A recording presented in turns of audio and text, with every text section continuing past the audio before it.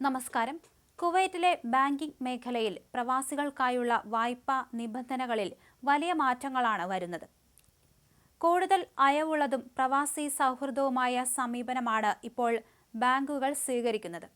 2023 മുതൽ വ്യക്തിഗത വായ്പാ മേഖലയിലുണ്ടായ മന്ദഗതി മറികടക്കാനും ഇത് സഹായിക്കും. വിപണി സാഹചര്യങ്ങളിലെ മാറ്റം കണക്കിലെടുത്ത് കൂടുതൽ പ്രവാസികൾക്ക് ഈ വായ്പ ലഭ്യമാകും.